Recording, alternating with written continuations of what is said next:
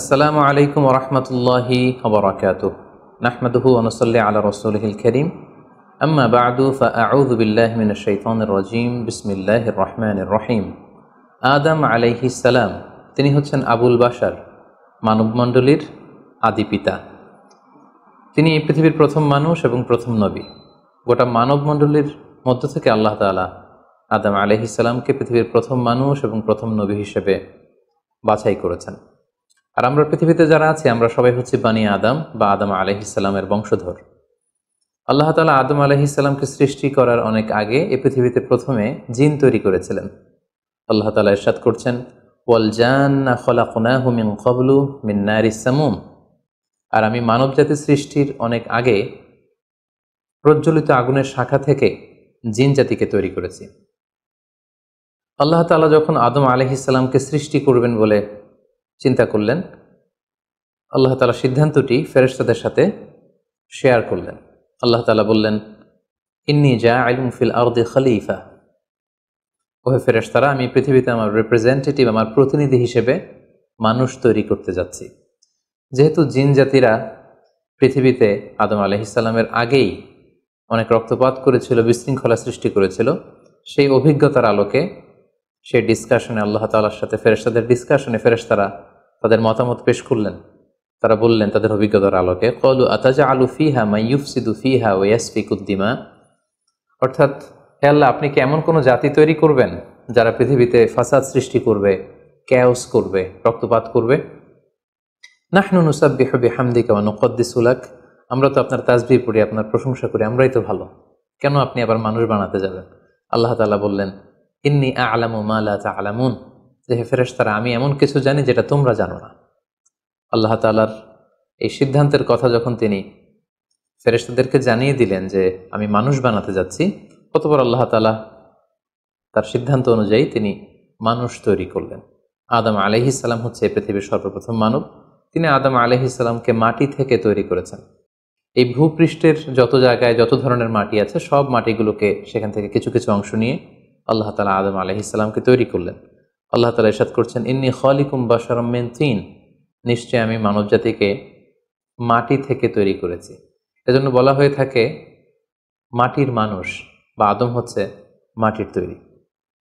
Basically আমরা সবাই আমাদের মা এবং বাবা থেকে তৈরি হয়েছি, তাদের স্পার্ম থেকে, ওভাম থেকে। যেহেতু মানুষের এই বীর্য বা স্পার্মটি আমাদের খাবার দাবারের একটা শক্তি রস বা নির্যাস, এবং আমাদের খাবার দাবার ফলমূল এগুলো আসে বেসিকলি মাটি থেকে, সেই দিকে ইঙ্গিত করে আমাদেরকে বলা হয় যে আমরাও হচ্ছি মাটির তৈরি।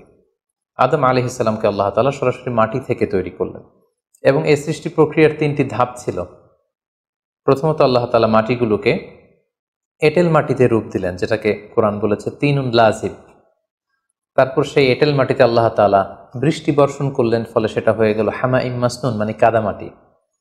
এরপর কাদামাটির সে দলা দিয়ে আল্লাহ তাআলা সেখানে হিট দিলেন, প্রচণ্ড তাপ দিলেন। তাপ দিয়ে সেই মাটির দলাটিকে তিনি বানালেন সলসলিন কাল ফখর, ঠনঠনে পোড়া মাটি।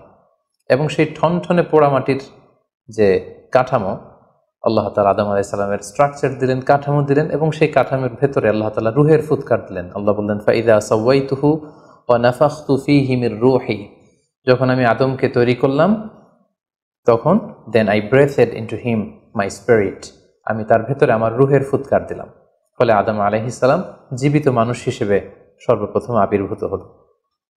আমরা যদি সহিহ বুখারীর দিকে তাকাই, তাহলে দেখব যে সহিহ বুখারীতে সাইয়েদনা আদম আলাইহিস সালামকে যখন আল্লাহ তাআলা তার আকৃতি দিয়েছেন, অবয়ব দিয়েছিলেন, তার হাইট কত ছিল, কত লম্বা তিনি ছিলেন, সে ব্যাপারে সহিহ বুখারীতে এসেছে, ওয়াকানা তুলহু সিত্তুনা যিরাআন, 60 বিঘত তিনি লম্বা ছিলেন। আমাদের হাতের এই কনুই থেকে আঙ্গুল পর্যন্ত এই জায়গাটিকে বলা হয় 1 বিঘত। সেই হিসেবে তিনি ছিলেন 60 বিঘত লম্বা, 60 কিউবিট। এবং সহিহ মুসলিমের একটি বর্ণনা থেকে আমরা জানতে পারি, জুমার দিন আল্লাহ তাআলা আদম আলাইহিস সালামকে তৈরি করেছিলেন। ইয়াউমুল জুমআতি ফীহি খুলিকা আদম। জুমার দিনে আল্লাহ তাআলা আদম আলাইহিস সালামের সৃষ্টি প্রক্রিয়া এটাকে তিনি সম্পন্ন করেছেন। আদম আলাইহিস সালামকে তৈরি করার পরে আল্লাহ তাআলা ফেরেশতাদেরকে এবং আদম আলাইহিস সালামকে একসাথে করে একটি মক টেস্ট নিলেন। সেখানে আল্লাহ তাআলা তাদের সবাইকে কিছু শব্দের নাম শিক্ষা দিলেন। এবং আদম আলাইহিস সালামকে ফেরেশতাদের সামনে এনে ফেরেশতাদেরকে আল্লাহ তাআলা বললেন যে এগুলোর নাম যদি তোমরা আমাকে বলতে পারো তাহলে বলো। আল্লাহ তাআলা বললেন আম্বিউনি বিআসমাই হাউলাই ইন কুনতুম সাদিকিন। ফেরেশতাদেরকে প্রথমে প্রশ্ন করা হলো, বলো তো এগুলোর নাম কি? ফেরেশতারা উত্তর করতে পারলেন না।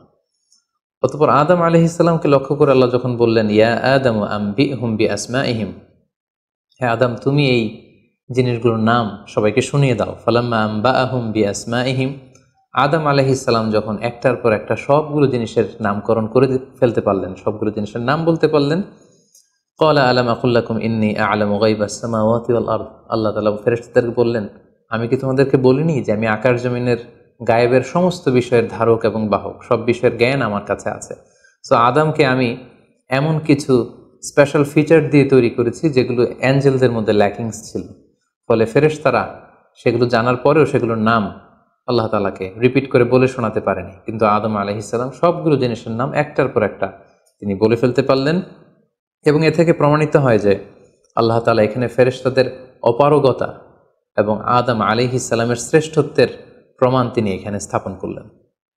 অনেকে প্রশ্ন করে থাকে যে আল্লাহ তাআলা আদম আলাইহিস সালামকে স্পেশালি এই জিনিসগুলোর নাম শিক্ষা দিয়েছিলেন, ফলে আদম আলাইহিস সালাম বলতে পেরেছেন, কিন্তু ফেরেশতাদেরকে তো এই জিনিসগুলোর নাম শিক্ষা দেওয়া হয়নি। সো তারা কি করে বলবে?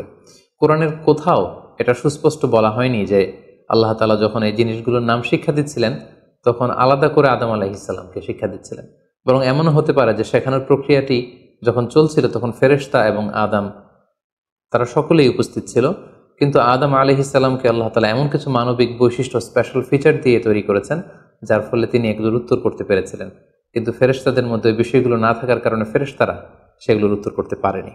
ফেরেশতাদের সামনে আদম আলাইহিস সালামের শ্রেষ্ঠত্বের প্রমাণ হওয়ার পরে আল্লাহ তাআলা সকল ফেরেশতাদেরকে আদেশ করলেন যে তোমরা আদম আলাইহিস সালামকে একটা সম্মানসূচক সেজদা দাও, যেটাকে অনারারি প্রস্ট্রেশন বলে। আল্লাহ তাআলা বললেন উসজুদু লি আদম ফাসাজাদু ইল্লা ইবলিস আবা ওয়াস্তাকবারা ওয়া কানা মিনাল কাফিরিন। আল্লাহ তাআলা আদেশ দেওয়ার সাথে সাথেই সকল ফেরেশতারা সেজদা দিল। আসলে এই সেজদাটা কেমন ছিল আমরা জানি না। আমরা সাধারণত রুকু করলে we just bow down our head just little bit, আমরা আমাদের মাথা একটু নিচু করি। আমরা যখন সেজদা দেই আমরা আমাদের কপাল মাটিতে ছুঁয়ে দেই, এটা হচ্ছে আমাদের সেজদা। কিন্তু ফেরেশতাদের সেজদা আসলে আদতে কেমন ছিল আমরা জানি না। এজন্য ফেরেশতাদের কোনো বিষয়, জিনদের কোনো বিষয়, এটা যদি আমরা আমাদের মতো করে কল্পনা করি এটা ভুল হবে। বরং যেভাবে সেজদা দেওয়ার দরকার ছিল ফেরেশতারা ঠিক সেভাবেই আদম আলাইহিস সালামকে সেজদা দিয়েছেন। কিন্তু এই সেজদাটি ইবাদতের সেজদা নয়, কারণ ইবাদত হিসেবে সেজদা দেওয়া যাবে শুধুমাত্র কেবলমাত্র আল্লাহ তাআলাকে। এই সেজদাটি ছিল সম্মানসূচক সেজদা, অনারারি প্রস্ট্রেশন। ফাসাজাদু ইল্লা ইবলিস, আল্লাহ তাআলা আদেশ দেওয়ার সাথে সাথে সকল ফেরেশতারা সেজদা দিল ইবলিস ছাড়া। আবা ওয়াস্তাকবারা ওয়া কানা মিনাল কাফিরিন, সে সেজদা দিতে অস্বীকৃতি জানালো, ফলে সে কাফিরদের অন্তর্ভুক্ত হয়ে গেল। এখন প্রশ্ন হচ্ছে হু ইজ দিস ইবলিস? ইবলিস কে? এতক্ষণ পর্যন্ত আমরা আল্লাহ তাআলার সাথে ফেরেশতাদের ডিসকাশন, শেয়ারিং শুনেছি। আদম আলাইহিস সালামকে হঠাৎ করে সৃষ্টি করলেন, কিন্তু নাও এ নিউ ক্যারেক্টার অ্যাপিয়ার্ড, নতুন একটি ক্যারেক্টার চলে এসেছে, সেটা হচ্ছে ইবলিস। ইবলিস হচ্ছে এক মহাজ্ঞানী সত্তা, যে হচ্ছে কানা মিনাল জিন। কোরআন আমাদেরকে কনফার্ম করেছে কানা মিনাল জিন্নি ফাফাসাকা আন আমরি রাব্বি। ইবলিস বা শয়তান বেসিক্যালি জিন জাতির অন্তর্গত। আমরা আমাদের আদম আলাইহিস সালামের আলোচনার শুরুতেই বলেছি যে আল্লাহ তাআলা মানব সৃষ্টির আগে এই পৃথিবীতে জিন তৈরি করেছিলেন। ইবলিস হচ্ছে সেই জিনের অন্তর্গত।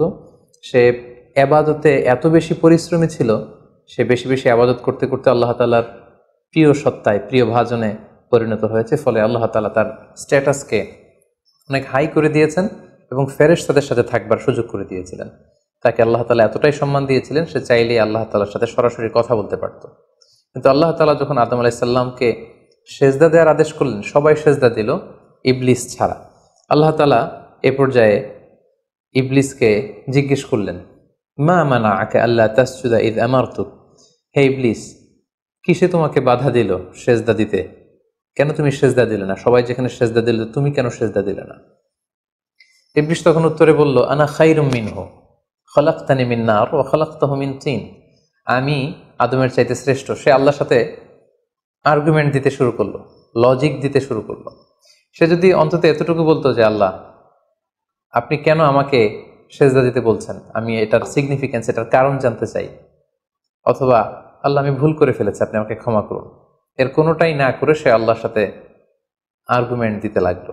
আর্গুমেন্টেটিভ একটা অ্যাটিটিউড তার মধ্যে গ্রো করলো। সে বলল, খলাকতানি মিন নার ওয়া খলাকতাহু মিন তিন, আপনি আমাকে সৃষ্টি করেছেন আগুন থেকে, আদমকে সৃষ্টি করেছেন মাটি থেকে। আগুন হচ্ছে ঊর্ধ্বমুখী, আগুনের লেলিহান শিখা দাউ দাউ করে উপরের দিকে উঠতে থাকে, আর মাটির চাকা ঢিলা, ছেড়ে দিলে নিচে পড়ে যায়। সো ঊর্ধ্বমুখী কোনো জিনিস তো নিম্নমুখী কোনো জিনিসের কাছে নত হতে পারে না, আমি কেন সেজদা দেব? সে যখন আল্লাহ তাআলার কাছে এইভাবে যুক্তিতর্ক স্থাপন করলো, আল্লাহ তাআলা তার র্যাঙ্কিংকে নষ্ট করে দিলেন। আল্লাহ বললেন যে তুমি বিতাড়িত, অভিশপ্ত, লাঞ্ছিত এবং ধিক্কৃত। আল্লাহ তাআলা তার যে হাই র্যাঙ্ক এবং স্ট্যাটাস, সেই পদমর্যাদা, তাকে পদমর্যাদাচ্যুত করা হলো। ফলে সে তার আগের অবস্থানে আর থাকলো না। সে আল্লাহ তাআলাকে এবার বলতে আরম্ভ করলো, ক্বাল আনজিরনি ইলা ইয়াউমি ইউবআসুন, হে আল্লাহ, এত বছর আমি ইবাদত করার পরে আপনার প্রিয় ভাজন হলাম, কিন্তু শুধু আদমকে সম্মানসূচক সেজদা প্রদর্শন না করার কারণে আপনি আমার স্ট্যাটাসকে নামিয়ে দিলেন, আপনি আমাকে ধিক্কৃত, অভিশপ্ত বলে ঘোষণা করলেন। তাহলে আমি আপনার কাছে একটা জিনিস চাই, সেটা হচ্ছে আনজিরনি ইলা ইয়াউমি ইউবআসুন, আপনি আমাকে কিয়ামত পর্যন্ত হায়াত দিন, যাতে আমি কিয়ামত পর্যন্ত বেঁচে থাকতে পারি। এবং সে শুধু আল্লাহর সাথে আর্গুমেন্ট দিয়েই ক্ষান্ত হয়নি, সে এ পর্যায়ে আল্লাহ তাআলাকে চ্যালেঞ্জ ছুড়ে দিল।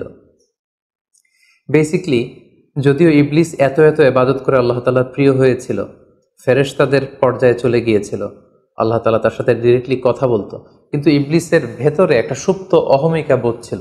আল্লাহ তাআলা চেয়েছেন এই ইনসিডেন্টের মধ্য দিয়ে সেই সুপ্ত অহমিকা বোধটা প্রকাশ করে দিতে। ইবলিস ভাবতো যে কেউ আমাকে ছাড়িয়ে যেতে পারবে না, আমি সবার চাইতে শ্রেষ্ঠ। সে বলেছিল, আনা খাইরুম মিনহু, আমি তার চেয়ে শ্রেষ্ঠ। তার ভেতরে যে সুপ্ত অহমিকা বোধ, এই যে অ্যারোগ্যান্স, এই যে ইগোইস্টিক সমস্যা, আল্লাহ তাআলা চেয়েছেন এই ঘটনার অবতারণা ঘটিয়ে ইবলিসের ভেতরকার এই অহমিকা বোধকে প্রকাশ করে দিতে, এবং সেটাই ঘটেছে। এবার সে আল্লাহ তাআলাকে চ্যালেঞ্জ দিয়ে বলল যে, আল্লাহ, আপনি আমাকে কিয়ামত পর্যন্ত হায়াত দিন, লা আকউদান্না লাহুম সিরাতাকাল মুস্তাকিম, আপনার এই আদম সন্তান, বনি আদমের যারা পৃথিবীতে আসবে, তারা কি করে জান্নাতে যায় সেটা আমি দেখে নেব। আমি সিরাতুল মুস্তাকিমের সামনে বসে থাকবো, যাতে করে তারা সরল সঠিক পথ পেতে না পারে, তারা যাতে সত্যের পথে থাকতে না পারে। আমি তাদেরকে সুম্মা লাআতিয়ান্নাহুম মিন বাইনি আইদিহিম ওয়া মিন খালফিহিম ওয়া আন আইমানিহিম ওয়া আন শামাইলিহিম, সামনে থেকে, পেছন থেকে, ডান দিক দিয়ে, বাঁ দিক দিয়ে, সব দিক দিয়ে আমি তাদেরকে কুমন্ত্রণা দিব, ধোঁকা দিব, টেম্পটেশন দিব, হুইসপারিং করব। ওয়ালা তাজিদু আকসারাহুম শাকিরিন, আপনি তাদেরকে শুকরগুজার, কৃতজ্ঞ বান্দাদের অন্তর্ভুক্ত পাবেন না। আল্লাহ তাআলা বললেন, লামান তাবিআকা মিনহুম লাআমলাআন্না জাহান্নামা মিনকুম আজমাইন, তুমি আমাকে চ্যালেঞ্জ দিচ্ছ, ঠিক আছে, আমিও তোমার চ্যালেঞ্জ নিলাম, চ্যালেঞ্জ অ্যাকসেপ্টেড। তোমাকে এবং তোমাকে যারা ফলো করবে, ফলোয়ারদেরকে, তাদের সবাইকে দিয়ে আমি জাহান্নামকে পরিপূর্ণ করব। আল্লাহ তাআলা ইবলিসকে কিয়ামত পর্যন্ত হায়াত দিলেন, তার চ্যালেঞ্জ গ্রহণ করলেন, এবং ইবলিসও তার মিশন এবং ভিশন ফিক্স করে নিল যে যে আদমের কারণে আজকে আমি এতটা ধিক্কৃত, অভিশপ্ত, লাঞ্ছিত, সে আদমকে এবং সে আদমের সন্তানদেরকে, বনি আদমকে আমি জাহান্নামে ঢুকানোর আগ পর্যন্ত ক্ষান্ত হব না। এবং আল্লাহ রাসূল সাল্লাল্লাহু আলাইহি ওয়াসাল্লাম বললেন যে, ইন্না শাইতানা ইয়াজরি মিনাল ইনসানি মাজরাদ দাম, মানুষের রক্ত প্রবাহের সাথে ইবলিস মিশে যেতে পারে, সেখানে যে সে কুমন্ত্রণা দিতে পারে। সেই ঘটনার পর থেকে আল্লাহ তাআলার সৃষ্টির, দুইটি শক্তিশালী সৃষ্টির মধ্যে তৈরি হয়ে গেল চিরশত্রুতা, চিরবিদ্বেষ, চিরদ্বন্দ্ব, শয়তান আর বনি আদম। আদম আলাইহিস সালামকে যখন সেজদা করতে বলা হলো, সবাই সেজদা করলো, কিন্তু ইবলিস সেজদা করলো না। এই ঘটনার পর আদম আলাইহিস সালাম কেমন যেন একটু একাকিত্ব এবং অস্থিরতা ফিল করতে লাগলেন, লোনলিনেস, কারণ তার কোনো সাথী নেই, সঙ্গী নেই, প্রতিবেশী নেই, বন্ধু নেই, বান্ধব নেই, কেউ নেই। মানুষ হিসেবে তিনি কেবল একা, বড়ই একা। তার এই অস্থিরতা, তার এই একাকিত্ব, তার এই লোনলিনেসকে আল্লাহ তাআলা বুঝতে পেরে তার একজন সঙ্গিনী তৈরি করলেন। তিনি হচ্ছেন হাওয়া আলাইহিস সালাম, এই পৃথিবীর প্রথম মানবী। এবং আল্লাহ তাআলা বললেন, ওয়াজআলা মিনহা যাওজাহা লিয়াসকুনা ইলাইহা, আল্লাহ তাআলা তার থেকেই তার একজন সাথী, তার সঙ্গিনী তৈরি করলেন, যার সান্নিধ্যে যে স্থির হতে পারে, সে প্রশান্তি পেতে পারে। অন্যত্র আল্লাহ তাআলা বলছেন, খালাকা মিনহা যাওজাহা ওয়া বাসসা মিনহুমা রিজালান কাসীরা ওয়া নিসাআ। আল্লাহ তাআলা আদমের মধ্য থেকেই তার সাথীকে বা তার জোড়াকে অর্থাৎ হাওয়াকে তিনি তৈরি করলেন, এবং এই আদম আর হাওয়া থেকে গোটা বিশ্বের সকল মানব মণ্ডলীকে তিনি তৈরি করেছেন। আদম আলাইহিস সালামের কোন জায়গা থেকে হাওয়া আলাইহিস সালামকে তৈরি করা হয়েছে? সহিহ বুখারীতে এসেছে, খুলিকনা মিন তিলা, পাঁজরের হাড় থেকে। আদম আলাইহিস সালামের বাম পাঁজরের উপর দিকের বাঁকা হাড় থেকে আল্লাহ তাআলা হাওয়া আলাইহিস সালামকে তৈরি করেছেন।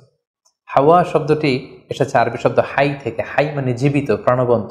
যেহেতু জীবন্ত আদম থেকে ওনাকে সৃষ্টি করা হয়েছে, তাই তাকে হাওয়া বলা হয়। অথবা আদম আলাইহিস সালাম হাওয়া আলাইহিস সালামের সঙ্গ পেলেই তিনি উজ্জীবিত হয়ে ওঠেন, প্রাণোচ্ছল হয়ে ওঠেন, এজন্য ওনাকে হাওয়া বলা হয়। তাহলে পৃথিবীর প্রথম মানবী হাওয়া আলাইহিস সালামকে আল্লাহ তাআলা আদম আলাইহিস সালামের নিঃসঙ্গতা, একাকিত্ব এবং লোনলিনেস যে ফিলিংটা, এটা দূর করার জন্য তার একজন সঙ্গী তিনি ঠিক করে দিলেন, আদম এবং হাওয়া। ইংরেজিতে বলা হয় অ্যাডাম অ্যান্ড ইভ। এবং আল্লাহ তাআলা তাদের দুজনকে জান্নাতে থাকবার পারমিশন দিলেন।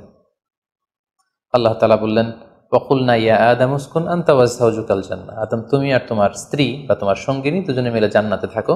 তবে এক্ষেত্রে কিছু ডুজ অ্যান্ড ডোন্টস আছে, কিছু ওয়ার্নিং আছে, কিছু প্রিকশন আছে। সেটা হচ্ছে ওয়াকুলা মিনহা রাগাদান হাইসু শি'তুমা।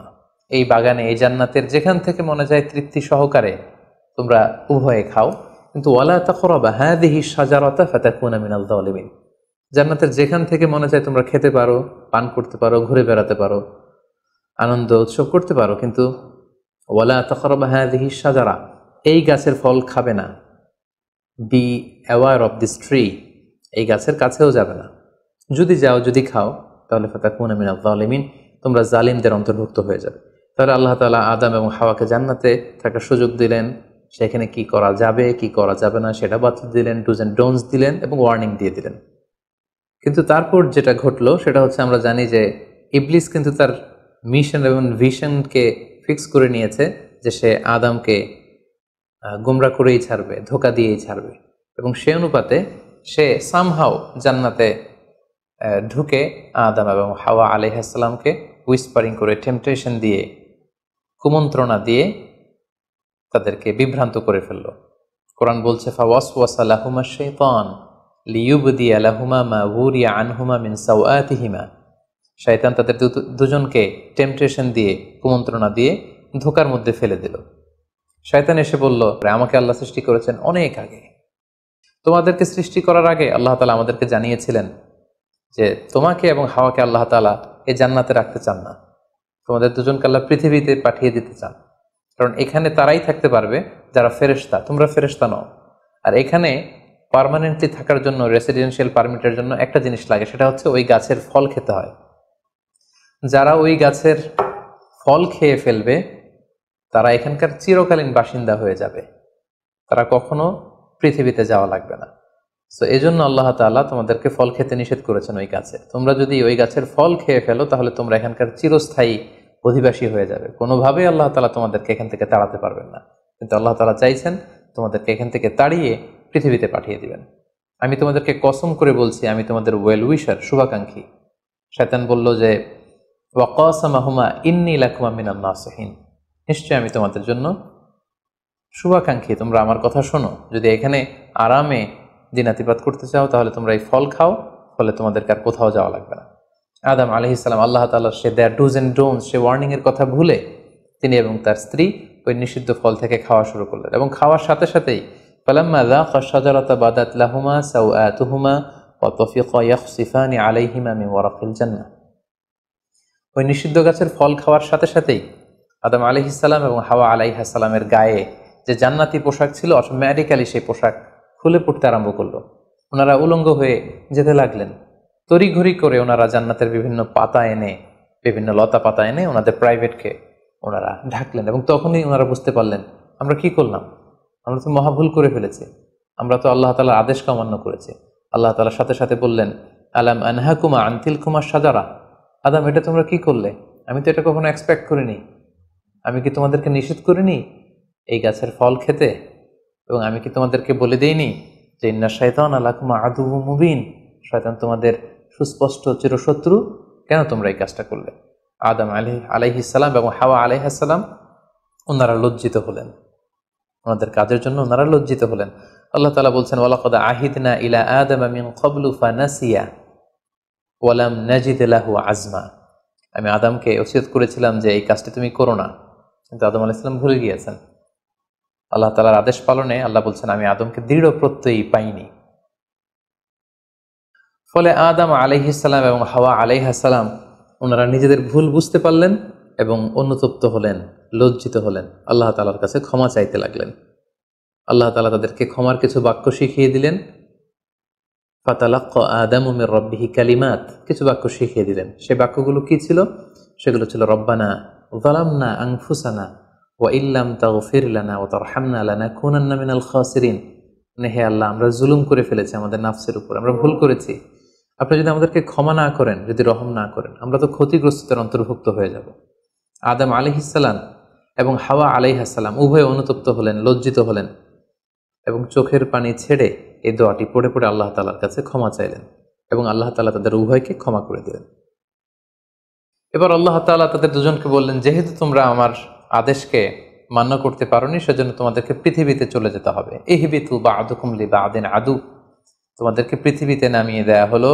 ওয়ালাকুম ফিল আরদি মুস্তাকাররু ওয়া মাতাউন ইলা হিন, এই পৃথিবী হবে তোমাদের আবাসস্থল। এই পৃথিবীতে অনেক জীবন উপকরণ তোমাদের জন্য থাকবে। ফিহা তাহিয়াউন ও ফিহা তামুতুন ও মিনহা তুখরুজুন, you live there, you die there, and you will be resurrected from there. তোমরা পৃথিবীতে বসবাস করবে, পৃথিবীতেই তোমাদের মৃত্যু হবে এবং এই পৃথিবীর কবর থেকেই, মাটি থেকেই তোমাদেরকে আবার আমি পুনরুত্থান করব। And this is my decision. Adam আলাইহিস সালাম এবং হাওয়া আলাইহিস সালাম পৃথিবীর প্রথম মানব এবং মানবীকে জান্নাত থেকে আল্লাহ তাআলা পৃথিবীতে নামিয়ে দিলেন এবং আল্লাহ বললেন যে তোমাদেরকে নামিয়ে দিয়ে আমি ক্ষান্ত হচ্ছি না।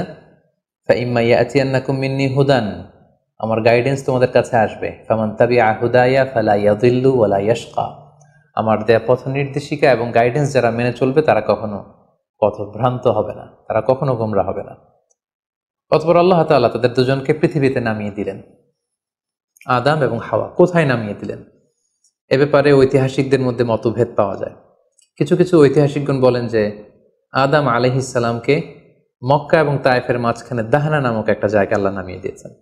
কোনো কোনো বর্ণনা মতে পাওয়া যায় যে আদম আলাইহিস সালামকে আল্লাহ তাআলা ইন্ডিয়ান সাবকন্টিনেন্টে শ্রীলঙ্কার সিংহাল নামক একটা জায়গায় পাঠিয়েছেন এবং তারা সেখানে অ্যাডামস পিক নামে একটি পাহাড়ের কথা বলে থাকেন, যেখানে আদম আলাইহিস সালামের ফুটপ্রিন্ট বা পায়ের ছাপ সংরক্ষিত আছে বলে অনেক ঐতিহাসিকগণ মত প্রকাশ করেছেন। হাওয়া আলাইহিস সালামকে সৌদি আরবের জেদ্দা নগরীতে আল্লাহ তাআলা নাজিল করেন বলে অনেক ঐতিহাসিকগণ মতামত দিয়েছেন। তাহলে তারা পৃথিবীর এক এক দিকে এক একজন, অনেকদিন পরে তারা দুজন সৌদি আরবের জাবালে রাহমা, যেখানে বিদায় হজের ভাষণ দিয়েছিলেন আল্লাহ রাসূল সাল্লাল্লাহু আলাইহি ওয়াসাল্লাম, ময়দানটাকে বলা হয় ময়দানুল আরাফাত, আরাফাতের ময়দানে ওনারা আবার রিইউনাইটেড হয়েছেন এই পৃথিবীর বুকে। সম্মানিত, শুধু এ পর্যায়ে আমরা জানবো how was the life of Adam and Eve on earth. এই পৃথিবীতে আদম আলাইহিস সালাম এবং হাওয়া আলাইহিস সালামের একেবারে পৃথিবীর শুরুর দিকের জীবন পরিক্রমাটা কেমন ছিল, হাউ ওয়াজ দেয়ার লাইফ, কিভাবে তারা তাদের জীবন অতিবাহিত করেছেন। আমরা জানি যে তাদের দুজনের মাধ্যমেই হিউম্যান হিস্ট্রি শুরু হয়েছিল, মানব ইতিহাস। তাদের জীবন পরিক্রমাটা কিছুটা ভিন্ন, আমাদের চাইতে ভিন্ন, যেহেতু তারাই পৃথিবীর প্রথম মানব এবং মানবী। তাদের কোনো প্রতিবেশী নেই, তাদের কোনো বন্ধু বান্ধব নেই, পৃথিবীতে আর কোনো মানুষ তাদের আশেপাশে ছিল না, শুধু তারাই। তো সেক্ষেত্রে এক আল্লাহ তাআলার ইবাদত ছাড়া তাদের মৌলিক যে কাজটা ছিল সেটা ছিল পপুলেশন, কাল্টিভেশন অ্যান্ড কনস্ট্রাকশন। কি করে জনসংখ্যা বৃদ্ধি করা যায় পৃথিবীতে, কি করে সন্তান লালন পালন করা যায়, কি করে চাষাবাদ করা যায়, কি করে ফার্মিং করা যায় এবং কি করে মানব সভ্যতার বিনির্মাণ করা যায়, এটাই ছিল পৃথিবীর প্রথম মানব এবং এই মানবীর প্রধানতম দায়িত্ব। যেহেতু ওনারা যদি নতুন প্রজন্ম তৈরি না করেন, ওনারা যদি চাষাবাদ না করেন, ওনারা যদি সভ্যতা বিনির্মাণ না করেন, তাহলে পৃথিবীতে মানব সভ্যতা টিকে থাকবে না। ফলে মৌলিক ইবাদতের পাশাপাশি এগুলোই ছিল ওনাদের কাজ। আল্লাহ তাআলা সব শিখিয়ে দিলেন কিভাবে গাছ রোপণ করতে হয়, কিভাবে চাষাবাদ করতে হয়, কিভাবে ছাগল গরু এগুলো লালন পালন করতে হয় এবং সেখান থেকে কিভাবে দুধ দহন করে নিজেদের খাবারের যোগান দিতে হয়, বেসিকলি আদম আলাইহিসসালামের কাছে যে সহিফাগুলো নাজিল হয়েছিল সেখানে শরীয়তের মূলনীতির চাইতে কিভাবে পৃথিবী আবাদ করতে হবে এই বিষয়গুলোই বেশি স্থান পেয়েছিল। এক্ষেত্রে সবচেয়ে মজার ব্যাপার হচ্ছে আদম আলাইহিসসালামের এই জীবন পরিক্রমার সবচেয়ে গুরুত্বপূর্ণ একটি মজার বিষয় হচ্ছে যে কিছুদিন পরেই তাদের কুলকে আলোকিত করে, তাদের সংসারকে আলোকিত করে নতুন প্রজন্ম আসতে শুরু করলো। এবং আদম আলাইহিসসালাম এবং হাওয়া আলাইহিসসালামের মাধ্যমে যে সন্তানরা পৃথিবীতে আসতো তারা ছিল অলওয়েজ টুইন বেবি বা যমজ সন্তান হিসেবে আসতো। সর্বপ্রথম আল্লাহ তাআলা তাদেরকে একটি সন্তান, একটি ছেলে সন্তান এবং একটি মেয়ে সন্তান দিয়ে ধন্য করলেন এবং তারা তাদের নাম রাখলেন, ছেলেটির নাম রাখলেন কাবিল, মেয়েটির নাম রাখলেন আকলিমা। এবং তারপরের বছর আবারও হাওয়া আলাইহিসসালাম গর্ভবতী হয়ে সন্তান জন্ম দিলেন। সেক্ষেত্রেও একটি ছেলে একটি মেয়ে, কারণ এই ছেলে মেয়েদের বিয়ে দেওয়ার তখন পদ্ধতি ছিল এই বছর যেই ছেলে জন্মগ্রহণ করেছে সেই ছেলের সাথে পরের বছরের মেয়ের বিয়ে হতো, এবং এই বছর যে মেয়ে জন্মগ্রহণ করেছে তার সাথে পরের বছরের ছেলের সাথে এভাবে ক্রসিং সিস্টেমে বিয়ে হতো। যেহেতু পৃথিবীতে আর কোনো মানুষ তাদের আশেপাশে ছিল না, ফলে নিজেদের ভাই বোনদের মধ্যে বিয়ে হতো, তবে ওলটপালট করে। তো এর ফলে বাই ডিফল্ট আদম আলাইহিসসালামের ছেলে কাবিলের ভাগ্যে এসে জুটল তার পরের টার্নের যে বোন জন্মগ্রহণ করেছে হাবিলের সাথে, তার নাম ছিল লাবুদা। লাবুদার সাথে কাবিলের বিয়ে হবে এবং হাবিলের সাথে ইকলিমার বিয়ে হবে, এটাই ফিক্স করা হলো। কিন্তু এখানে একটি সমস্যা দেখা দিল, সেটি হচ্ছে ইকলিমা ছিল খুবই সুন্দরী, she was a very beautiful lady. ফলে কাবিল এটা মেনে নিতে পারেনি। সে প্রশ্ন উত্থাপন করলো যে কেন আমি লাবুদাকে বিয়ে করব? লাবুদা হচ্ছে কিছুটা শ্যামলা প্রকৃতির, আমি তাকে বিয়ে করব না, বরং আমার সাথে আমার যে বোন জন্মগ্রহণ করেছে সে ইকলিমাকে আমি বিয়ে করব। আদম আলাইহিসসালাম বললেন, না, এটা আল্লাহর দেয়া আদেশ। তোমার সাথে তোমার যে যমজ বোন জন্মগ্রহণ করেছে তাকে তুমি বিয়ে করতে পারবে না, বরং তোমার পরে হাবিল এবং লাবুদা যে জন্মগ্রহণ করেছে সে লাবুদা হবে তোমার স্ত্রী, এবং তোমার সাথে তোমার যে বোন আকলিমা জন্মগ্রহণ করেছে সে আকলিমা হবে হাবিলের স্ত্রী। কিন্তু কাবিল এটা সহজে মেনে নিতে পারেনি, ফলে সে এখানে প্রশ্ন উত্থাপন করলো এবং সে বলল যে আমি আকলিমাকে বিয়ে করতে চাই। দেখা দিল এক মহা সমস্যা। তখন আল্লাহ তাআলা আদম আলাইহিসসালামকে জানিয়ে দিলেন, ঠিক আছে, হাবিল এবং কাবিলকে কুরবানি করতে বলো, যার কুরবানি কবুল হবে সেই আকলিমাকে পাবে। এবং তখন কোরবানির সিস্টেম ছিল, কোরবানি করে চলে আসার পরে আকাশ থেকে আগুন এসে যেই কোরবানিকে ঝলসে দিত সেই কোরবানিটা আল্লাহ তাআলার কাছে কবুল হয়েছে বলে ধরে নেওয়া হতো। আদম আলাইহিসসালামের ছেলে কাবিল বেসিকলি চাষি ছিল, সে এক বস্তা গম আল্লাহ রাস্তায় কোরবানি করলো। আর হাবিল সে মেষ চড়াতো, ছাগল চড়াতো, সে একটি বকরি জবাই করে আল্লাহ রাস্তায় কুরবানি করলো। এবং তারা অপেক্ষা করতে লাগলো যে কার কুরবানি কবুল হয়। দেখা গেল আকাশ থেকে আগুন এসে হাবিলের বকরি বা ছাগলটাকে ঝলসে দিয়েছে, কিন্তু কোনো আগুন এসে কাবিলের গমের বস্তাকে বা গমের স্তূপকে ঝলসে দেয়নি। ফলে প্রমাণিত হলো যে হাবিলের কুরবানি আল্লাহ তাআলার দরবারে কবুল হয়েছে এবং আল্লাহ তাআলার দেয়া আগের বিধান অনুযায়ী হাবিলই আকলিমাকে বিয়ে করার সুযোগ পাবে। এই কথাটি আল্লাহ তাআলা খুব সুন্দর করে কোরআনুল কারীমে উল্লেখ করেছেন। আল্লাহ বলছেন, ফাতুকুব্বিলা মিন আহাদিহিমা ওয়া লাম ইউতাকাব্বাল মিনাল আখার। তাদের একজনের কুরবানি কবুল হলো, আরেকজনেরটি হলো না। ফলে হাবিল আকলিমাকে বিয়ে করার সুযোগ পেল। কিন্তু কাবিল এতে আরো প্রচন্ড জেলাসি ফিল করতে লাগলো। সে হিংসায় জ্বলে পুড়ে অত্যন্ত রেগে গিয়ে বলল, লা আক্তুলান্নাক, হাবিল আমি তোমাকে হত্যা করব, তোমাকে হত্যা করে হলেও আমার সুন্দরী বোন আকলিমাকে আমি ছিনিয়ে নিব। তখন হাবিল বলতে লাগলো যে লাইম বাসাত্তা ইলাইয়া ইয়াদাকা লিতাকতুলানি মা আনা বিবাসিতি ইয়াদি আলি ইলাইকা লিআকতুলাক। অর্থাৎ, হে কাবিল, তুমি যদি আমাকে হত্যা করতে অগ্রগামী হও, হাত বাড়াও, আমি আমার হাতকে বাড়াবো না তোমাকে আঘাত করার জন্য। কারণ তুমি যদি আমাকে হত্যা করো তাহলে আমার পাপ, তোমার পাপ সবটাই তোমার ঘাড়ে বর্তাবে, আর আমি এত বড় পাপ কাজ কখনোই করতে চাই না। কাবিল এ কথাতেও ক্ষান্ত না হয়ে সে হত্যা করতে উদ্ধত হলো এবং সে তার কথা মতো তার ভাই হাবিলের উপর চড়াও হয়ে আক্রমণ করে তার আপন ভাই হাবিলকে সে হত্যা করে ফেলল। কোরআন বলল, ফাকাতালা ফাসবাহা মিনাল খাসিরিন। কাবিল হাবিলকে হত্যা করে ফেলল। প্রতিহিংসার অনলে জ্বলে পুড়ে শয়তানের কুমন্ত্রণায় পৃথিবীর প্রথম হত্যাকাণ্ড, the first murder ever in the world, পৃথিবীর প্রথম হত্যাকাণ্ড সংঘটিত হলো।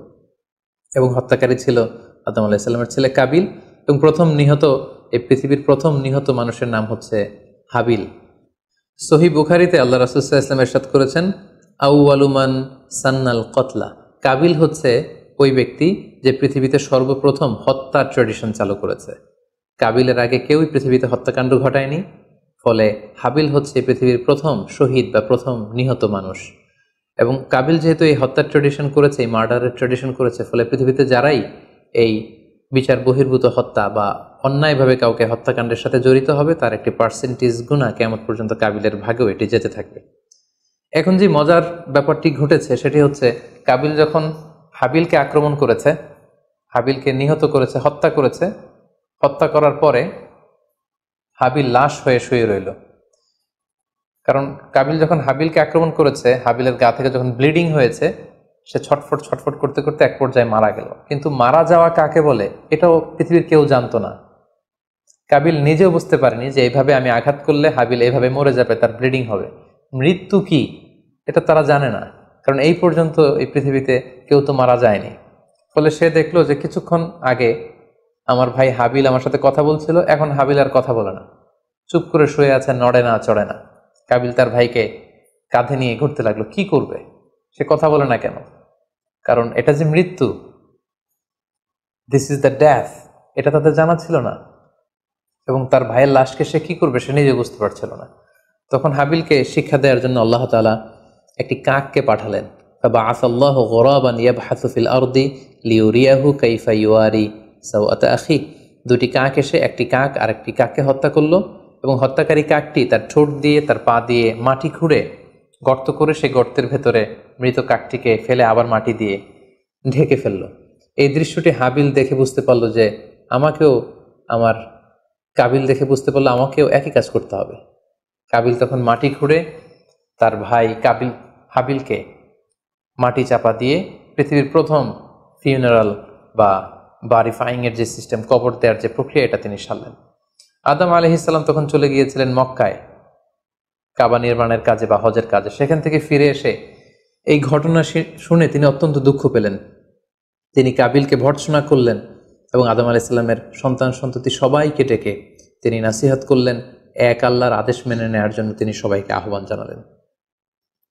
হাবিলের পরবর্তীতে আল্লাহ তাআলা এওয়াদান আন হাবিলের পরিবর্তে তিনি শীস আলাইহিস সালামকে আদম আলাইহিস সালামের ছেলে হিসেবে পৃথিবীতে দান করলেন। হাওয়া আলাইহিস সালামের কোল জুড়ে পৃথিবীতে আসলো শীস, এবং তার সাথে তার টুইন বোন হাজুরা পৃথিবীতে আসলো।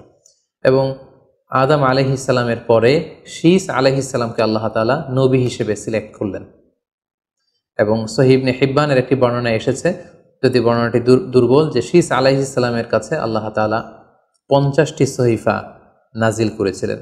দেখতে দেখতে আদম আলাইহিস সালাম তার জীবনের 1000 বছর পূর্ণ করলেন। তিনি বয়োবৃদ্ধ হয়ে আসলেন এবং তার এই নবুয়তির দায়িত্ব আল্লাহ তাআলা শীস আলাইহিস সালামের কাঁধে দেওয়ার পরে আদম আলাইহিস সালামের পৃথিবী থেকে বিদায় নিলেন। কোথায় তাকে কবর দেওয়া হয়েছে? ঐতিহাসিকদের মধ্যে একাধিক মত পাওয়া যায়। কোনো কোনো বর্ণনা মতে ওনাকে মক্কাতে কবরস্থ করা হয়েছে, কোনো কোনো ঐতিহাসিক বর্ণনা মতে ওনাকে বাইতুল মাকদাসে কবরস্থ করা হয়েছে। আর ঠিক এভাবেই পৃথিবীর প্রথম মানব এবং প্রথম নবী আদম আলাইহিস সালাম এই পৃথিবী থেকে বিদায় নিয়ে পরপারে পাড়ি জমালেন। সম্মানিত সুধী, আদম আলাইহিস সালামের এই জীবনী থেকে আমাদের জন্য কি শিক্ষা? কেন আল্লাহ তাআলা কালামুল্লাহ মাজিদে কোরআনুল কারীমে নবীদের ঘটনাগুলো বর্ণনা করেছেন? কেন আদম আলাইহিস সালামের ঘটনা আমাদেরকে শুনিয়েছেন? নিশ্চয়ই এর পেছনে কারণ রয়েছে। সেটি হচ্ছে আমরা যাতে করে এই জীবনী থেকে আমাদের প্রাত্যহিক জীবনের জন্য শিক্ষা, লেসন, এগুলো যাতে গ্রহণ করতে পারি। আদম আলাইহিস সালামের এই বর্ণাঢ্য জীবনী থেকে, সংগ্রামী জীবনী থেকে আমরা কি শিখতে পারি, কি কি লেসন আমাদের জন্য রয়েছে, এ পর্যায়ে আদম আলাইহিস সালামের জীবনী থেকে শিক্ষাগুলো আমরা আলোচনা করব। আদম আলাইহিস সালামের জীবনী থেকে প্রথম যে শিক্ষাটা আমরা পাই সেটা হচ্ছে সৃষ্টির জন্য অহংকার করা বা অ্যারোগেন্স এটা শোভা পায় না। অহংকার করা এটা হচ্ছে স্রষ্টার বৈশিষ্ট্য। কোনো সৃষ্টি কখনো অহংকার করতে পারে না। আল্লাহ তাআলা বলেছেন হাদিসে কুদসিতে, আল কিবরিয়া উরিদাই, অহংকার হচ্ছে আমার চাদর, এজন্য যে অহংকার করবে ওকে আমি জাহান্নামে নিক্ষেপ করব। কিন্তু শয়তানের ক্ষেত্রে আমরা এই মিস্টেকটাই দেখেছি। সে অহংকারের ফাঁদে পা দিয়ে আল্লাহ তাআলার আদেশ অমান্য করেছে এবং সে ধিকৃত অভিশপ্ত একটা সত্তায় পরিণত হয়েছে। এবং সে বলেছে যে আনা খাইর মিনহু, আমি আদমের চাইতে শ্রেষ্ঠ। কোনো বিশ্বাসী, কোনো প্র্যাকটিসিং মুসলিম কখনো নিজেকে বড় মনে করতে পারে না। ইসলাম আমাদেরকে এটা শেখায় না। নিজেকে বড় মনে করা এটা হচ্ছে শয়তানের স্বভাব, যেটা আমরা আদম আলাইহিস সালাম এবং শয়তানের যে ঘটনা, ইনসিডেন্ট, সেখান থেকে আমরা জানতে পারলাম। নিজেকে বড় মনে করা এটা শয়তানের অ্যাটিটিউড। বিশ্বাসীরা কখনো নিজেকে বড় মনে করে না, তারা কখনো অ্যারোগ্যান্ট অ্যাটিটিউডের হতে পারে না। কারণ আল্লাহ রাসূল সাল্লাল্লাহু আলাইহি ওয়াসাল্লাম আমাদেরকে শিখিয়েছেন, আল্লাহুম্মা জাআল ফি আইনি সাগীরা ওয়া ফি আ'ইউনিন নাসি কাবীরা, হে আল্লাহ, আপনি আমার চোখে আমাকে ছোট বানান, মানুষের চোখে আপনি আমাকে বড় বানান। আপনি নিজেকে কখনো বড় বলে উপস্থাপন করতে পারবেন না। আপনি বড় এটা আপনার মুখে বলা শোভা পায় না, বরং আপনি বড় কিনা ছোট এটা মানুষ প্রমাণ করবে, সেটা মানুষ ডিসাইড করবে। এজন্য আল্লাহ রাসূল সাল্লাল্লাহু আলাইহি ওয়াসাল্লাম বলতেন, হে আল্লাহ, আমার চোখে আপনি আমাকে ছোট বানান, মানুষের চোখে আপনি আমাকে বড় বানান। তাহলে আদম আলাইহিস সালাম এবং ইবলিসের এই ঘটনা থেকে আমরা প্রথম যে শিক্ষাটা পাই সেটা হচ্ছে আমরা যেন কখনো আমাদের অন্তরে অহমিকা বোধ লালন না করি, আমরা যেন এই ইগোইস্টিক সমস্যাতে না ভুগি, আমরা কখনো যেন অহংকারী না হই, বরং আমরা যেন বিনয়ী হতে পারি। বিনয়ী বান্দাদেরকে আল্লাহ তাআলা পছন্দ করেন। নিজেকে বড় মনে করা এটা হচ্ছে শয়তানের স্বভাব, এবং সে নিজেকে বড় মনে করেই চির অভিশপ্ত হিসেবে চিহ্নিত হয়েছে। আদম আলাইহিস সালামের ঘটনা থেকে আরও একটি শিক্ষা আমরা যেটি পাই সেটি হচ্ছে শয়তানের প্রথম মিশন ছিল মানুষের দেহ থেকে পোশাক খুলে ফেলা। আই রিপিট, আমি আবারও বলছি, মানুষের দেহ থেকে পোশাক খুলে ফেলা, নগ্নতা বা অশ্লীলতা, এটা হচ্ছে শয়তানের প্রধান হাতিয়ার। আমরা এই ঘটনা থেকে জেনেছি যে আদম আলাইহিস সালাম এবং হাওয়া আলাইহিস সালাম তারা যখন ওই নিষিদ্ধ গাছ থেকে ভক্ষণ করলেন, তারা যখন নিষিদ্ধ ফলটি খেয়ে ফেললেন, সাথে সাথে জান্নাতের পোশাক তাদের দেহ থেকে খুলে পড়ে গিয়েছে। এবং কেন আদম আলাইহিস সালাম এবং হাওয়া আলাইহিস সালামকে শয়তান ওয়াসওয়াসা দিয়েছিল? সূরা আরাফে আল্লাহ বলছেন, লিউরিয়াহুমা সাওআতিহিমা, যাতে করে তাদের প্রাইভেট, তাদের লজ্জাস্থান প্রকাশিত হয়ে পড়ে। তাহলে আমরা এই ঘটনা থেকে আরও যে শিক্ষাটি পাই সেটি হচ্ছে নগ্নতা এবং অশ্লীলতা হচ্ছে শয়তানের প্রধান হাতিয়ার। বর্তমানে আমরা সেটাই দেখতে পাচ্ছি যে শয়তান আমাদের পোশাককে খাটো করতে চাচ্ছে। দিনকে দিন আমাদের পোশাকের ধরন এমন হতে যাচ্ছে, বিশেষ করে আমাদের বোনদের বা নারীদের পোশাকের দিকে যদি আমরা তাকাই, এটা ছোট হতে হতে এমন একটা পর্যায়ে চলে যাচ্ছে, এর মাধ্যমে কিন্তু এই নিউডিটি বা নগ্নতা এবং অশ্লীলতার ছড়াছড়ি আমাদের সমাজে খুব বেড়ে গিয়েছে। এবং এটা ছিল শয়তানের প্রধান হাতিয়ার। আমাদের আদি পিতা এবং আদি মাতাকে এই নগ্নতা এবং অশ্লীলতার মাধ্যমেই, তাদের দেহ থেকে পোশাক খোলার মাধ্যমে কিন্তু শয়তান প্রথম তার শত্রুতা প্রকাশ করতে পেরেছিল। এবং কারা আসলে আমাদের শত্রু, কে আমার শত্রু, কে আমার বন্ধু, এটা আমাদেরকে জানতে হবে। আল্লাহ তাআলা খুব সুস্পষ্টভাবে কোরআনে বলেছেন যে ইন্নাহু লাকুম আদু মুবিন, তোমরা শয়তানের পদাঙ্ক অনুসরণ করো না, কারণ শয়তান হচ্ছে তোমাদের সুস্পষ্ট শত্রু। সো কে আমার বন্ধু, কে আমার শত্রু, এ ব্যাপারে যেন আমরা সুস্পষ্ট একটি ধারণা পেতে পারি, এই জন্য কোরআন আমাদেরকে জানিয়েছে শয়তান হচ্ছে আমাদের প্রকাশ্য শত্রু। আদম আলাইহিস সালামের এই স্টোরি থেকে আমরা আরও একটি শিক্ষা পাই, সেটা হচ্ছে আল্লাহ তাআলা যখন জান্নাতে আদম এবং হাওয়া আলাইহিস সালামকে থাকার সুযোগ দিলেন, আল্লাহ বললেন, ওয়ালা তাকরাবা হাযিহি শাজারা, খবরদার, যেটা মনে চায় খাও, কিন্তু ওই গাছের কাছেও যেও না। আল্লাহ তাআলা কিন্তু বলেননি ওই গাছের ফল খেও না, আল্লাহ বলেছেন কাছেও যেও না। এটা একটা কোরআনিক টার্ম, কাছেও যাওয়া যাবে না। ফল খাওয়া তো দূর কি বাত, ওই গাছের ফল খাওয়া তো অনেক পরের কথা, আগে কাছে গেলেই না ফল খাওয়া না খাওয়ার প্রসঙ্গটা আসে। এজন্য আল্লাহ তাআলা সাবধান করে বলে দিয়েছিলেন কাছেও যেও না। এটা কোরআনের একটা টার্ম। অশ্লীলতার ব্যাপারে যখন আল্লাহ আমাদেরকে সাবধান করেছেন, আল্লাহ বলেছেন ওয়ালা তাকরাবুজ জিনা, অশ্লীলতার কাছেও যেও না। যেখানে আল্লাহ তাআলা আমাদেরকে শিখাচ্ছেন যে কাছেও যেও না, কিন্তু আমরা কিন্তু আমাদের দেশে কাছে আসার গল্পের নাম কিন্তু এখন শুনছি। আমরা মোস্ট রিসেন্টলি কিছু বছর আগে ক্লোজ আপ ওয়ানের কাছে আসার দুর্দান্ত সব গল্প নিয়ে তারা কিছু প্রোগ্রাম করেছিলেন। সেখানে তরুণ তরুণীদেরকে খুব বেশি কাছে আসার জন্য তারা একে অপরের কাছে আসা, লাভ স্টোরিগুলো শেয়ার করা, এগুলো তারা প্রমোট করেছে। কিন্তু তার বিপরীতে কোরআনিক পয়েন্টস অফ ভিউ যদি আমরা দেখি, সেখানে কিন্তু আমরা ভিন্ন কনসেপশন দেখতে পাই। সেখানে কোরআন আমাদেরকে বলেছে যে কাছেও যাওয়া যাবে না, তোমরা কাছেও যেও না। সো এই বিষয়টি যেন আমরা মনে রাখবার চেষ্টা করি। আদম আলাইহিস সালামের ঘটনা থেকে আরও একটি শিক্ষা আমরা পাই, সেটা হচ্ছে শয়তান সবসময় আমাদেরকে অস্থির বানাতে চেষ্টা করে, মানে আমার আরও লাগবে, আমার আরও চাই, আমার আরও পেতে হবে। যেমন জান্নাতে নিঃসন্দেহে আদম এবং হাওয়া আলাইহিস সালামের জন্য কোনো অভাব ছিল না, সব কিছু সেখানে ছিল। তারপরেও কেন তাদেরকে যেটাকে নিষিদ্ধ করা হয়েছে ওই ফল কেন খাওয়া লাগবে? শয়তান এসে সেই কাজটাই করেছে। শয়তান বোঝাতে চাচ্ছে তোমাদের আরও লাগবে, আরও। এই অফুরন্ত খাবার এবং নাজ নেয়ামতে তোমাদের হবে না, বরং যেটা আল্লাহ নিষেধ করেছে ওইটাতেই যেতে হবে। সো এটা হচ্ছে শয়তানের একটা ধোঁকা দেওয়ার পদ্ধতি। শয়তান সবসময় আমাদেরকে আরও চাই, আমাদের আরও লাগবে, আরও পাওয়ার জন্য শয়তান আমাদেরকে উৎসাহিত করে। এরকম আরও আরও করে যখন আমরা এসবের পেছনে ছুটতে থাকি, ফলে আমরা অস্থির হয়ে উঠি। শয়তান কখনোই চায় না আমরা যেন প্রশান্ত চিত্তের অধিকারী থাকি, আমরা যেন ধীরস্থির থাকি। আপনি যখনই ধীরস্থির হবেন, আল্লাহর সিদ্ধান্তে যখন আপনি সন্তুষ্ট হবেন, তখনই আপনার মনে একটা প্রশান্তি চলে আসবে। ফলে আপনি তখন আল্লাহকে নিয়ে ভাবার সুযোগ পাবেন, আপনার জীবনকে নিয়ে সন্তুষ্ট হবেন। তখন আপনার মধ্যে একটা কামনেস, একটা ট্রাঙ্কুইলিটি চলে আসবে।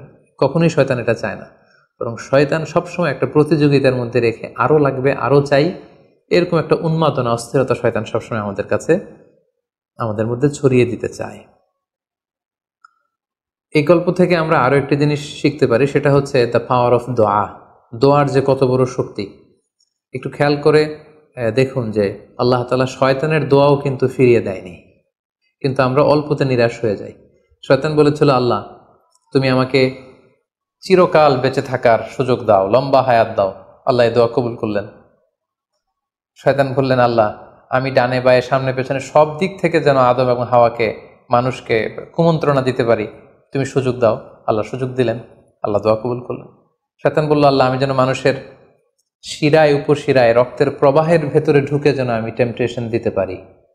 আল্লাহ তাআলা এটাও কবুল করলেন। তো যে আল্লাহ তাআলা শয়তানের দোয়া কবুল করে ফেলতে পারেন, সে আল্লাহ তাআলাকে আমাদের দোয়া কবুল করবেন না? অবশ্যই করবেন। তো সেক্ষেত্রে দোয়ার মতো দোয়া করতে হবে। সিনসিয়ার দোয়া ইজ লাইক এ মিজাইল। আপনি যদি সিনসিয়ারলি দোয়া করেন, এটা মিজাইলের মতো। মিজাইল হামলা করলে যেমনি লক্ষ্যবস্তুতে যে ভেদ করে, তেমনি দোয়ার মতো যদি দোয়া করা যায়, চাওয়ার মতো যদি আল্লাহ তাআলার কাছে চাওয়া যায়, সেই দোয়াটাও আল্লাহ তাআলা কবুল করবেন। দোয়া ইটস অ্যান আর্ট, এটা একটা শিল্প। কেমন করে চাইতে হয়, কেমন করে দোয়া করতে হয়, সেটাও জানতে হয়। সো আমরা যখন আল্লাহ তাআলার কাছে চাইবো, আমরা যেন খুব সিনসিয়ারলি চাই। 5 নম্বর যেই শিক্ষাটি আমরা পাই, সেটা হচ্ছে রিপেন্টেন্স, অনুতপ্ত হওয়া। শয়তানও আল্লাহর আদেশ অমান্য করেছে, আদম আলাইহিস সালামও আদেশ অমান্য করেছে। আল্লাহ বলেছেন সেজদা দাও, শয়তান সেজদা না দিয়ে আদেশ অমান্য করলো। আল্লাহ তাআলা আদমকে বলেছেন এই গাছের কাছে যেও না, আদম আলাইহিস সালাম ভুল করে খেয়ে তিনিও আদেশ অমান্য করলেন। পার্থক্যটা কোথায়? পার্থক্য হচ্ছে শয়তান ভুল করে সে ভুলের উপর অটল থেকে গিয়েছিল, অহংকার করেছিল। কিন্তু আদম আলাইহিস সালাম ভুল করে তিনি অনুতপ্ত হয়েছিলেন।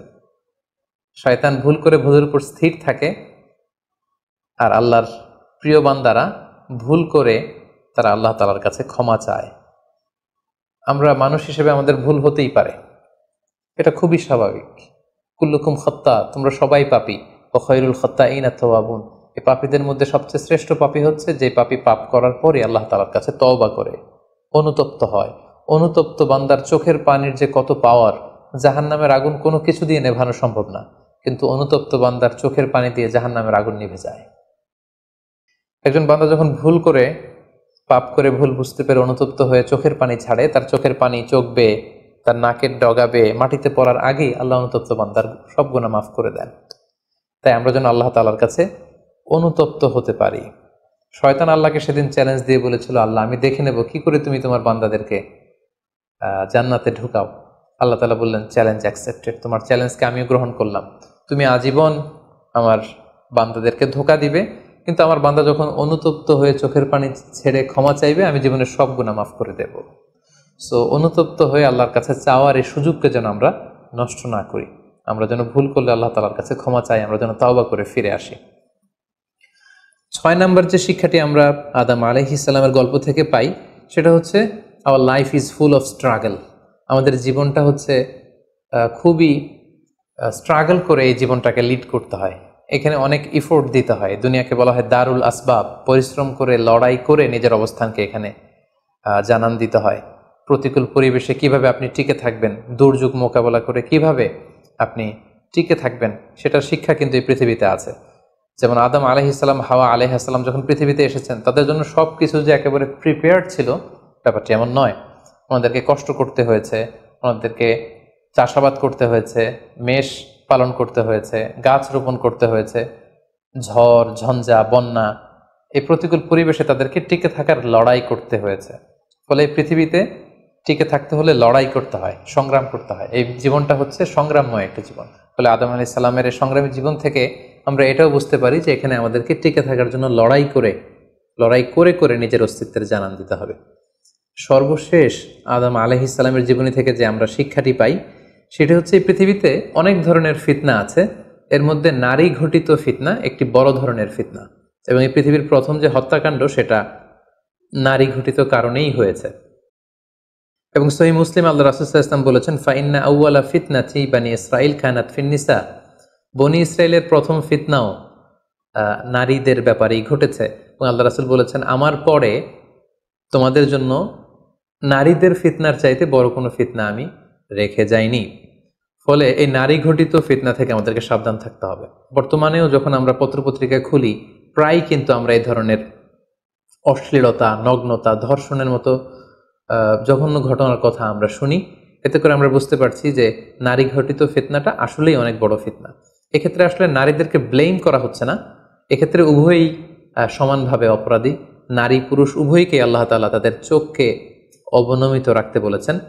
এই হাদিস দ্বারা এটা প্রমাণ হয় না যে নারীদেরকে ব্লেম করা হচ্ছে, বরং ঘটনাটা যেহেতু নারী কেন্দ্রিক, সেহেতু নারী ঘটিত ফিতনার কারণে পৃথিবীতে প্রথম হত্যাকাণ্ড ঘটেছে, এবং এখনও এ জাতীয় ঘটনার কারণে অনেক ধরনের ফাসাদ ফিতনা সমাজে ছড়িয়ে পড়ছে। সো আমাদেরকে আদম আলাইহিস সালামের জীবনী থেকে আরও একটি শিক্ষা হচ্ছে, এই নারী ঘটিত ফিতনা থেকে বেঁচে থাকার জন্য নারী পুরুষ উভয়কেই তাদের নজর বা দৃষ্টির লাগাম টেনে ধরতে হবে। দৃষ্টিকে যদি আমরা নিয়ন্ত্রণ করতে না শিখি, তাহলে ফিতনা কমানো সম্ভব না। আল্লাহ রাসূল সাল্লাল্লাহু আলাইহি ওয়াসাল্লাম বলেছেন, আন-নাযার সাহমুন মিন সিহামি ইবলিস, দৃষ্টি হচ্ছে শয়তানের বিষ মাখানো তীরবানের মধ্যে থেকে একটি তীর। এই বিষ মাখানো তীর দিয়ে শয়তান নারী পুরুষকে কাবু করে অশ্লীলতার পথের দিকে নিয়ে যায়। সম্মানিত শুধু এই ছিল আদম আলাইহিস সালামের সংগ্রামী জীবন কাহিনী এবং ওনার জীবনী থেকে আমাদের জন্য কিছু লেসন বা শিক্ষা। আল্লাহ তাআলা আমাদের সবাইকে নবীদের রেখে যাওয়া পথ এবং মতে, তাদের অনুসৃত পথে আমাদেরকে পরিচালিত করুক। আসসালামু আলাইকুম ওয়া রাহমাতুল্লাহি ওয়া বারাকাতুহু।